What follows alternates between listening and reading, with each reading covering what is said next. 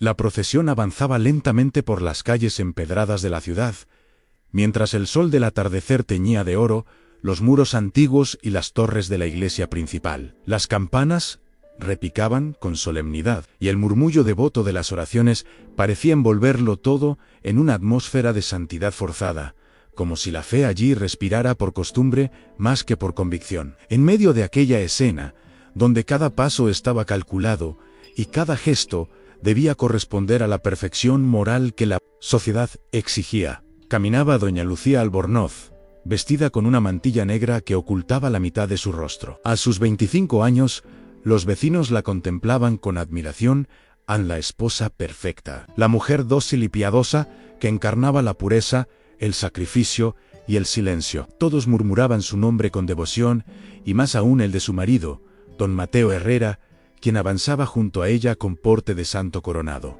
Pero mientras los demás veían un símbolo de virtud, Lucía sentía únicamente un frío que le recorría el pecho, un vacío que no lograba llenar con rezos ni con obediencia. ¿Cómo podía un cuerpo tan inmóvil contener un alma que quería gritar? ¿Cómo podía un matrimonio tan venerado esconder la soledad más absoluta? Cada vela que sostenía temblaba en su mano como un recordatorio de la vida que no era suya.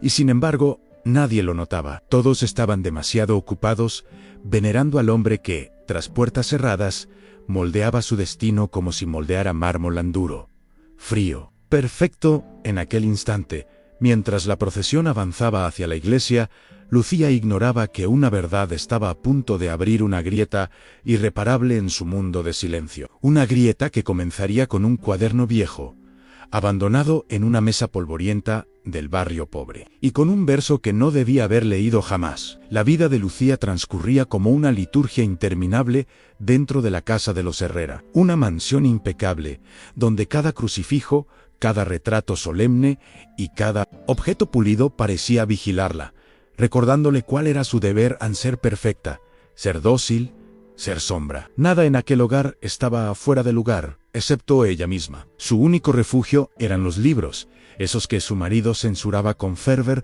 bajo la excusa de protegerla de ideas peligrosas. Por eso, cuando las damas de beneficencia organizaron una visita a los barrios más pobres, Lucía la aceptó no por piedad, como ellas creían, sino por la posibilidad de respirar un aire que no estuviera consagrado a la moral impostada de su marido. Allí, en una casa humilde, donde la humedad había borrado nombres y promesas por igual, encontró un cuaderno viejo, cubierto de polvo. Sus dedos lo abrieron casi sin permiso, como si una fuerza ajena la guiara, y dentro halló versos escritos con tinta desvanecida. Y de pronto, una línea subrayada brilló como un relámpago prohibido.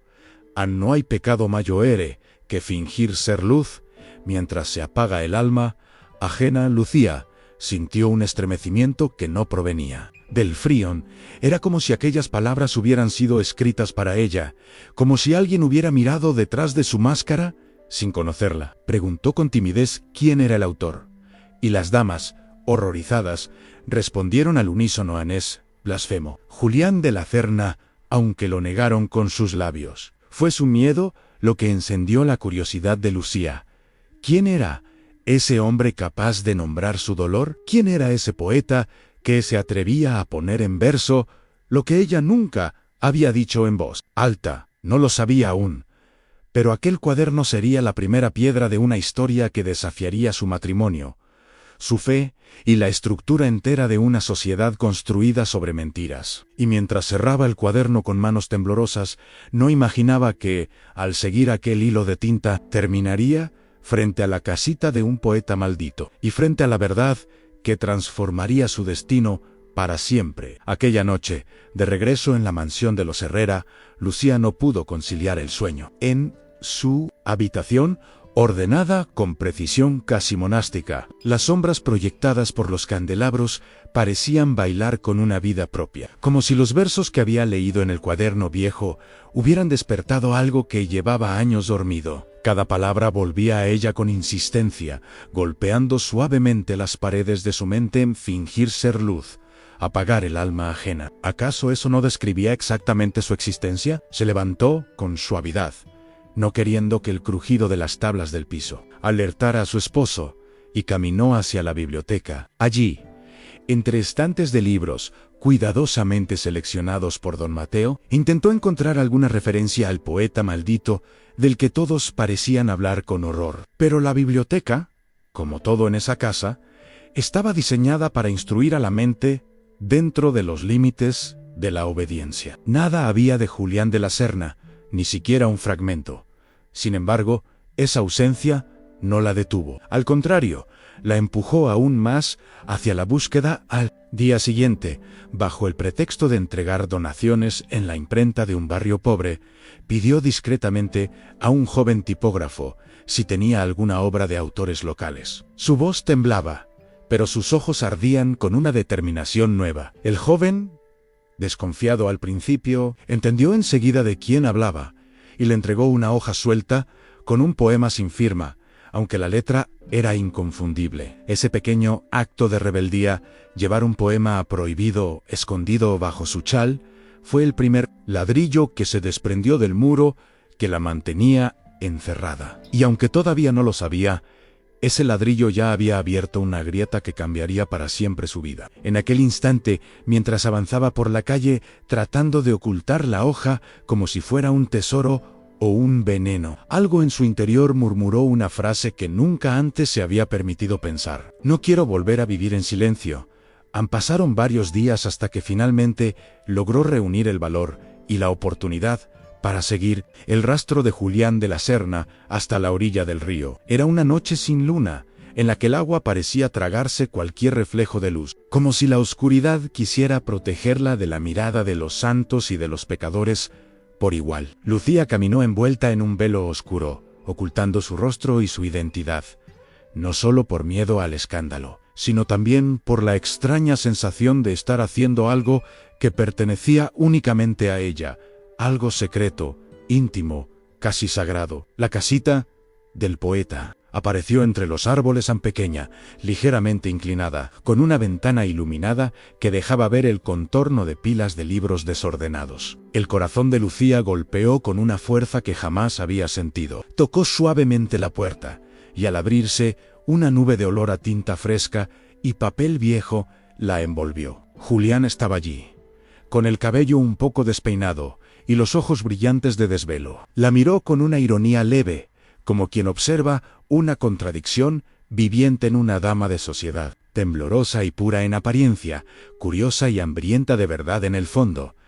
¿Busca confesión o palabras prohibidas? Bromeó con una sonrisa amarga. Lucía sintió que la sangre le subía al rostro, pero sostuvo la mirada. «Solo un manuscrito», dijo, intentando mantener su dignidad intacta. Julián arqueó una ceja, sorprendido. Entonces, al ver que sus manos temblaban, no de miedo, sino de una inquietud más profunda, dejó la burla a un lado. Le entregó un cuaderno encuadernado de forma rudimentaria, lleno de poemas inéditos, algunos tachados, otros apenas legibles. Y mientras ella abría la primera página con el cuidado con que se toca una reliquia, algo en la expresión del poeta cambió. En su ironía se quebró, revelando un brillo vulnerable. Era la mirada de un hombre que no esperaba ser escuchado por nadie, y que se daba cuenta de que aquella mujer, tan contradictoria y silenciosa, estaba dispuesta a ser la primera en hacerlo, sin juzgarlo. Lo que ninguno de los dos sabía era que esa noche, bajo el manto oscuro de un cielo sin estrellas, nacía una historia que encendería pasiones capaces de desafiar a la Iglesia, a la sociedad y a los cimientos más rígidos de la moral. A partir de aquella primera visita, la vida de Lucía se dividió en dos mundos que nunca debieron tocarse. Durante el día, seguía siendo la esposa impecable del santo, caminaba junto a don Mateo en procesiones interminables. Asistía a reuniones de caridad, donde todas las damas se felicitaban por la bondad que solo existían fotografías.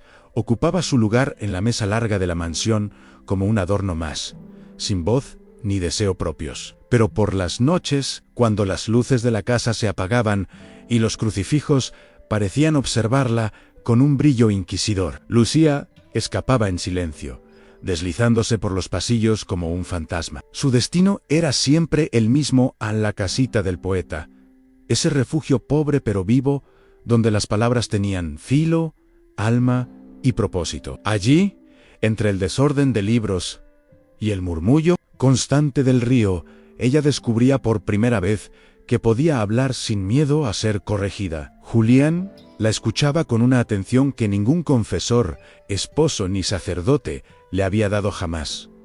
No la interrumpía, no la juzgaba, no la moldeaba, solo la observaba, como si cada frase perdida entre sus inseguridades fuera una chispa que valía la pena proteger. Las conversaciones empezaron siendo breves y prudentes, pero pronto se extendieron hasta altas horas de la madrugada. Hablaban de fe, de justicia, de la hipocresía de los altares construidos sobre mentiras, de la forma en que la sociedad castigaba los deseos de las mujeres mientras perdonaba todos los pecados de los hombres. Y cada noche, cuando ella regresaba a la mansión y se encontraba a don Mateo dormido en su cama separada, con el rostro apacible del santo que nunca fue, sentía que su respiración le susurraba una verdad incómoda.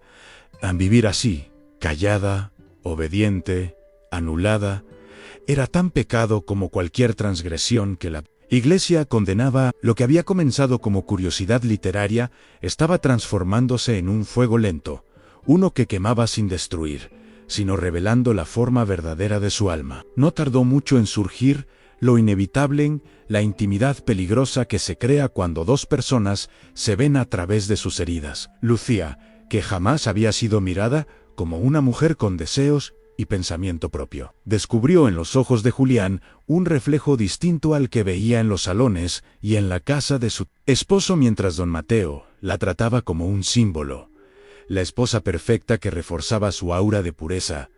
Julián la veía como un ser humano con miedo, con dudas, con un corazón dormido que pedía a gritos despertar. Cada vez que ella pasaba la mano por los versos de los manuscritos, cada vez que él la observaba leer con los labios apenas abiertos, el aire entre ellos se llenaba de una tensión que ninguno se atrevía a nombrar. No había contacto físico, ni confesión explícita, y sin embargo ambos sabían que estaban cruzando una frontera invisible. Una tarde, mientras el sol teñía de naranja las aguas del río, Lucía se atrevió a preguntarle: ¿por qué escribe cosas que todos consideran peligrosas? Julián respondió sin apuntarle su mirada, como si temiera intimidarla, porque alguien tiene que decir lo que otros no quieren escuchar.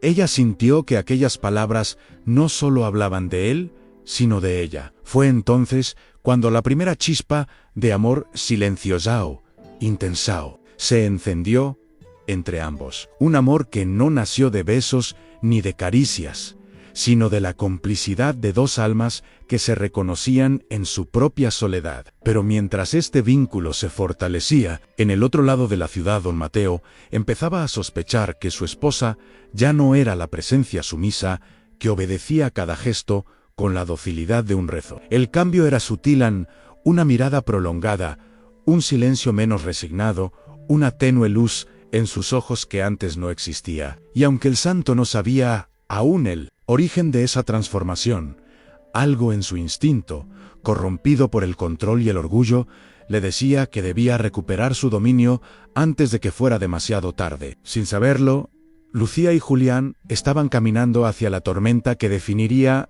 no solo su amor, sino también el destino de todo aquello que la ciudad llamaba moral. Fue durante uno de esos silencios densos, en la casita del río, cuando Lucía comprendió que ya no había retorno. Aquella tarde, Julián estaba revisando algunos poemas tachados, sentado junto a la ventana que daba al agua. La luz del crepúsculo delineaba sus rasgos con un matiz melancólico, como si el mundo entero conspirara para convertirlo en un fugitivo de la belleza. Lucía lo observaba, sintiendo en su pecho una mezcla inexplicable de serenidad y vértigo. ¿Cómo podía un hombre al que todos llamaban blasfemo transmitir más verdad en un verso que su esposo en una vida entera de sermones? ¿Cómo podía ella, educada para contener sus pensamientos, sentir que cada palabra del poeta la desnudaba sin tocarla? Fue en ese instante cuando Julián, sin levantar la vista, le preguntó suavemente: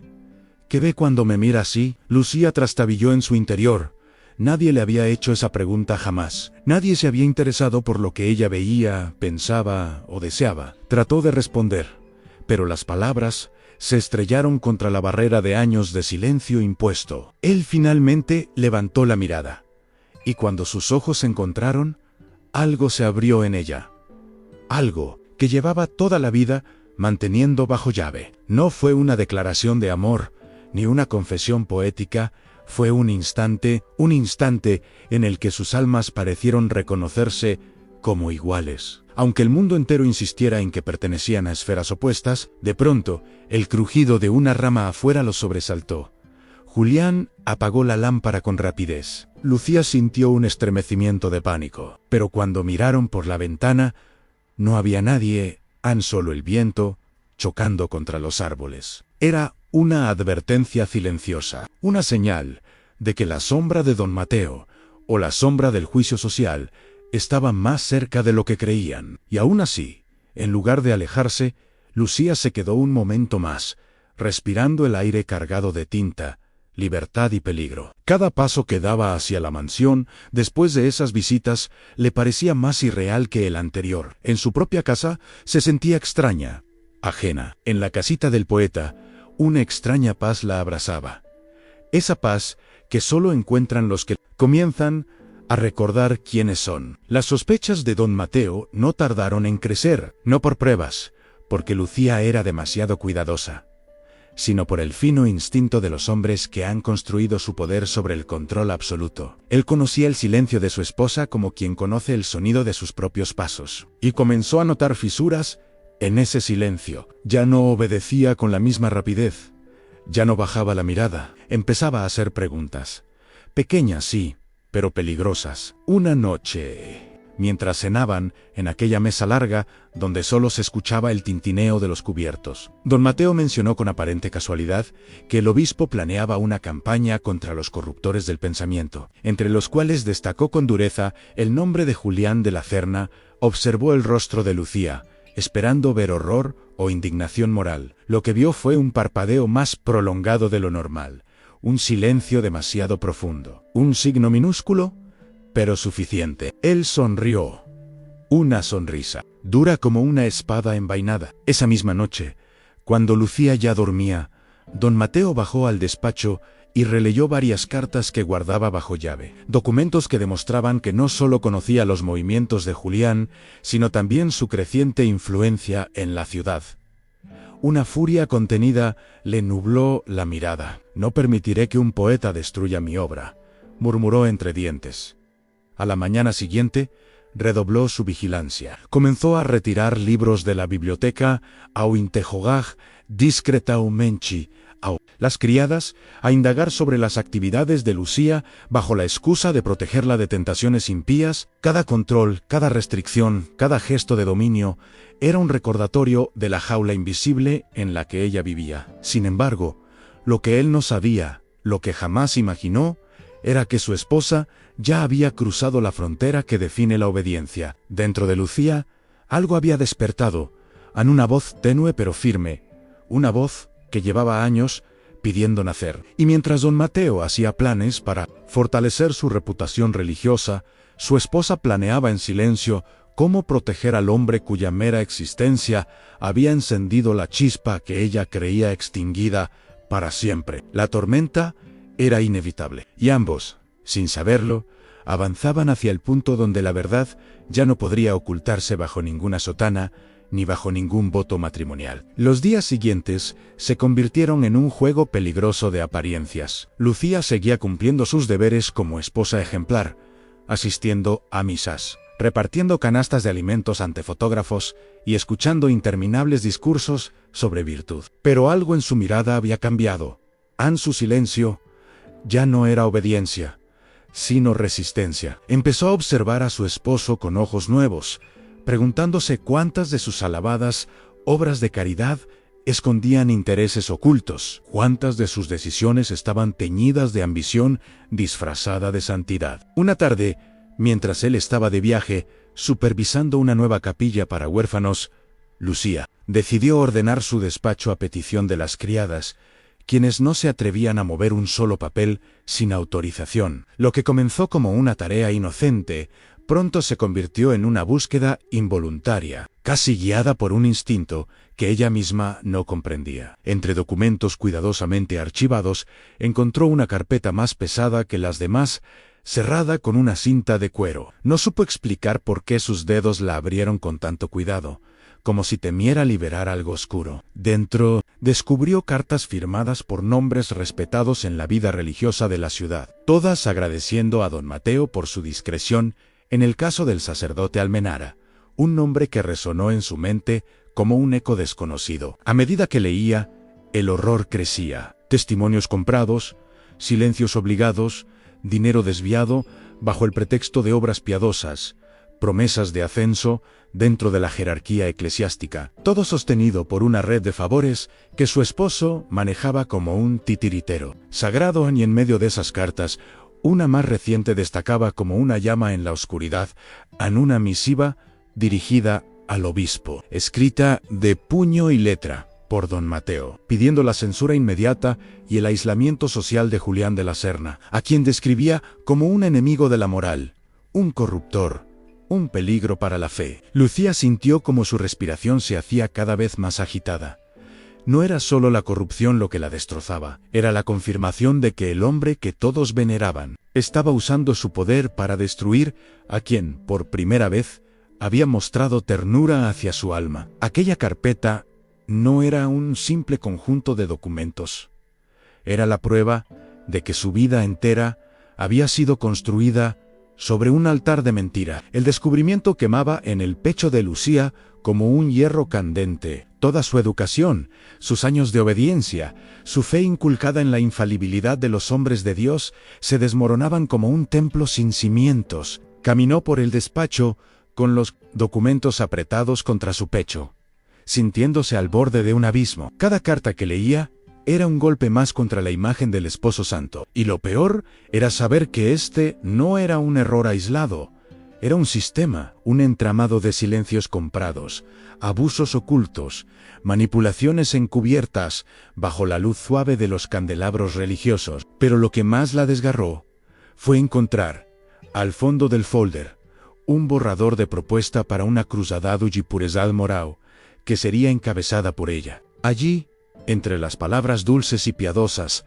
que parecían un himno a la virtud femenina, había un párrafo que la Eloan mencionaba una lista de libros perniciosos, encabezada por los poemas de Julián de la Serna, que debían ser quemados públicamente para proteger las almas vulnerables de influencias impías. En ese instante, Lucía comprendió con una claridad devastadora que no solo querían destruir al poeta, querían usarla a ella como instrumento, como estandarte de una mentira que justificaría el fuego, la censura y la persecución. Una parte de su alma tembló de miedo. Otra parte, la que había despertado en la casita del río, ardió con una determinación nueva. Se arrodilló en el suelo, extendiendo los papeles frente a sí, como si estuviera ante un altar. Y por primera vez en su vida adulta, Lucía rezó no para obedecer, no para complacer, no para encajar. Rezó para tener valor. Rezó para no permitir que su silencio destruyera a un hombre inocente. Rezó para encontrar un camino que rompiera las cadenas invisibles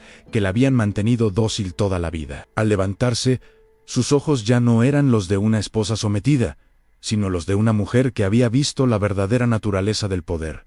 Sabía que debía actuar. Sabía que enfrentaría a su esposo, a la iglesia, a la sociedad entera, si era necesario. Y mientras guardaba los documentos en un pequeño bolso que nunca se habría atrevido a usar para esconder algo prohibido, sintió que acababa de cruzar otra frontera, la más peligrosa de todas, en la frontera entre creer y saber. El peso del secreto hacía que la mansión de los Herrera se sintiera más oscura que nunca. Lucía caminaba por los pasillos con los documentos escondidos en su bolso, sintiendo los retratos de antiguos patriarcas, observarla desde las paredes, como si cada uno la juzgara por atreverse a descubrir lo que nunca debió ser visto. A cada paso, una parte de ella temía que don Mateo regresara antes de tiempo. Otra parte lo deseaba desesperadamente, ansiosa por recriminarle su santidad falsa, por exigirle una explicación que sabía que nunca obtendría. Pero esa confrontación tendría que esperar. Su primer impulso fue regresar a la casita del río, llevarle a Julián las pruebas, advertirle del peligro inminente y, sin embargo, cuando llegó a la orilla, lo encontró sentado al borde del agua, con la mirada perdida en el reflejo opaco del atardecer. Julián la vio llegar y supo, incluso antes de que ella hablara, que algo había cambiado en su expresión. Había una mezcla de angustia, decisión y revelación en sus ojos. Ella abrió el bolso con manos temblorosas y desplegó uno por uno los documentos sobre la mesa improvisada donde él solía escribir. Cada carta, cada recibo, cada firma era un golpe silencioso que se clavaba en la carne del poeta. Julián, acostumbrado a la persecución, nunca había imaginado que la maquinaria que lo acosaba estuviera tan finamente construida, ni que la mano que la dirigía fuera la del esposo de la única persona que había visto más allá de su reputación. «Querían silenciarte», susurró Lucía, «pero también querían usarme a mí para hacerlo, Anne», y en ese instante, Julián la miró con un agradecimiento doloroso, casi reverente. No había beso ni abrazo, pero el silencio entre ellos se volvió más íntimo que cualquier gesto físico. El poeta reconoció la magnitud del riesgo, el escándalo, la censura, la muerte social e incluso la posibilidad real de ser arrestado. Pero lo que lo devastó no fue su propio destino, sino el de ella. «Lucía», dijo con voz quebrada, «no puedes enfrentarte sola a un hombre como él». Ella lo sostuvo con la mirada. «No estoy sola». Era la primera vez que pronunciaba una frase tan desafiante, tan cargada de verdad, tan alejada de la esposa sumisa que todos creían conocer. Y mientras el cielo ennegrecía, ambos comprendieron que ya no había vuelta atrás. El amor que nunca se habían confesado en palabras ya se había convertido en destino. El rumor que recorría la ciudad llegó a los oídos de Lucía como una sentencia en el obispo. Junto con don Mateo, planeaba una gran veladau, Gipurezau Morau, en la que se presentaría un manifiesto escrito supuestamente en defensa de la fe, la moral y la familia. Un manifiesto que ella, como esposa del santo, debía leer públicamente para inaugurar la quema de libros impíos. Y entre esos libros, por supuesto, estaban los poemas de Julián. La idea le revolvió el estómago. Se imaginó a sí misma en el centro del salón principal de la iglesia, siendo aplaudida por personas que no sabían del dolor que ella cargaba, del vacío que había llevado durante años, ni del amor secreto que ahora la sostenía. La sola imagen la asfixiaba. Esa noche, de regreso en la mansión, encontró a don Mateo sentado en el despacho, escribiendo con la concentración de un sacerdote frente a un altar. Su presencia imponía más que nunca. Lucía respiró hondo y se obligó a acercarse. Él levantó la mirada, estudiándola con ojos incisivos, como si pudiera detectar en su expresión cualquier sombra de rebeldía. «El obispo está complacido», dijo con un tono que pretendía suavidad, pero estaba cargado de mandato. «Tú serás el ejemplo que esta ciudad necesita. Tu voz salvará almas en Lucía». Sintió que aquellas palabras la aprisionaban como cadenas invisibles, pero no bajó la mirada. No, retrocedió. Había algo nuevo en ella, algo que don Mateo no supo interpretar. Esa noche no durmió. Revisó los documentos una y otra vez, memorizó cada detalle, cada firma, cada cifra desviada, cada testimonio comprado. Sabía que la velada no sería solo un acto público, sino su única oportunidad de romper las cadenas que habían guiado cada paso de su vida adulta. No solo debía proteger a Julián, debía romper el mecanismo entero que lo perseguía. Debía destruir la imagen inmaculada de su esposo frente a todos los que la veneraban. El amanecer llegó lentamente, tiñendo la ciudad de un tono rosado que parecía burlarse de su temor. Lucía se vistió con el vestido más sobrio que tenía, guardó los documentos en un cuaderno que parecía inofensivo y caminó hacia su destino con pasos firmes. No sabía si saldría viva del escándalo, no sabía si Julián podría huir a tiempo, no sabía si la ciudad la recordaría como pecadora o como mártir, pero sabía una cosa: Anne, por primera vez en su vida, actuaría por voluntad propia. Y así, con el corazón latiendo como un tambor de guerra, se dirigió al lugar donde su verdad rompería el silencio de siglos. La velada de pureza moral era el evento más esperado del año, una exhibición pública de virtud cuidadosamente construida para reforzar el poder de don Mateo y el obispo sobre las conciencias de la ciudad. Esa noche, el salón principal de la iglesia brillaba con una luz casi excesiva. Candelabros enormes pendían del techo, la alfombra roja se extendía hasta el altar, y los bancos estaban llenos de autoridades, damas engalanadas y familias enteras que habían sido invitadas para presenciar lo que creían sería una afirmación gloriosa de la moral cristiana. Lucía llegó acompañada por su esposo, caminando a su lado con el porte sereno de una esposa devota, aunque dentro de su pecho el corazón latía con la violencia de un torrente desbordado. Mientras avanzaba por el pasillo central, veía rostros que la admiraban sin conocerla, ojos que la idolatraban, sin saber que estaban a punto de presenciar la demolición de la mentira más grande de todas. Don Mateo subió al estrado con paso firme, elevó las manos y pronunció un discurso sobre la importancia de proteger el alma de la ciudad de las tentaciones modernas. Habló del peligro de las letras impías, de los poetas malditos, de la necesidad de purificar la sociedad. Cada frase que pronunciaba resonaba como un martillazo en la mente de Lucián. Finalmente, el momento llegó. Mi esposa, anunció con voz solemne, leerá el primer fragmento del manifiesto que guiará nuestras acciones. Lucía sintió que todas las miradas se clavaban en ella. Subió al estrado con una calma extraña, casi sobrenatural, llevando en sus manos un cuaderno cerrado. No era el manifiesto que don Mateo le había entregado la noche anterior. Era otro uno que contenía los poemas de Julián mezclados con los documentos que revelaban la corrupción del santo. Se detuvo frente al atril, levantó la vista hacia la multitud y abrió lentamente el cuaderno. El silencio fue absoluto. Su voz, suave pero firme, comenzó a recitar versos que hablaban de máscaras, de santos falsos, de altares construidos sobre el dolor de los inocentes. El murmullo estalló entre los presentes, el obispo palideció. Don Mateo dio un paso adelante, intentando detenerla, pero Lucía continuó. Y esto, dijo con una mirada fija en su esposo, es la verdad que ustedes deben escuchar. Empezó entonces a leer fragmentos de las cartas en pagos encubiertos, testimonios comprados, desvíos de dinero. La sala explotó en gritos. Algunas damas se santiguaron con horror, otras observaban con una mezcla de incredulidad y fascinación. Don Mateo subió al estrado de un salto, tomó el cuaderno de sus manos y gritó que su esposa estaba poseída por el demonio del poeta. Pero era tarde, varias copias de los documentos estaban ya en manos del público. Y así, en un instante, la imagen del santo se quebró como cristal. El caos que siguió fue inmediato. La ceremonia se disolvió en gritos, en defensas acaloradas, en acusaciones que serpenteaban por el aire como serpientes de humo. Algunos fieles se levantaron, furiosos.